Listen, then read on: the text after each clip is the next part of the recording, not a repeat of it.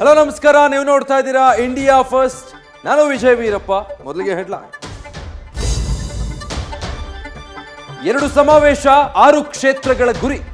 ಚಿಕ್ಕಬಳ್ಳಾಪುರದಿಂದ ಶುರುವಾದ ನಮೋ ಯಾತ್ರೆ ಬೆಂಗಳೂರಲ್ಲಿ ಕೈ ವಿರುದ್ಧ ಗುಡುಗು ಸಿಡಿಲು ಒಂದಾಗಿಸಿತು.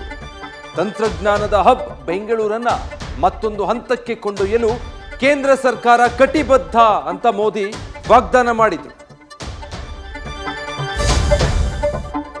ಬೆಂಗಳೂರಲ್ಲಿ ಇವತ್ತು ಚೊಂಬುಗಳದ್ದೇ ದರ್ಬಾರ್.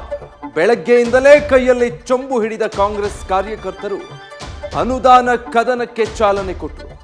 ಮೋದಿಗೆ ಚೊಂಬಿನ ಸ್ವಾಗತ ಕೋರಿ ಆಕ್ರೋಶ ವ್ಯಕ್ತಪಡಿಸಿದ್ರು. ಈ ಅಭಿಯಾನಕ್ಕೆ ಗೌಡ್ರು ಭರ್ಜರಿ ಕೌಂಟರ್ ಕೊಟ್ಟರು. ನೇಹಾ ಹತ್ಯೆ ಕೇಸ್ ರಾಜಕೀಯ ಕಿತ್ತಾಟಕ್ಕೆ ಸಾಕ್ಷಿಯಾಗ್ತಾ ಇದೆ. ಇದು ಲವ್ ಜಿಹಾದ್ ಅಂತ ಹಿಂದೂ ಸಂಘಟನೆಗಳು ಕಿಡಿಕಾರಿವೆ. ವೈಯಕ್ತಿಕ ಕಾರಣ ಅಂದಿದ್ದ ಗೃಹ ಸಚಿವರು ವಿಷಾದ ವ್ಯಕ್ತಪಡಿಸಿದ್ದಾರೆ.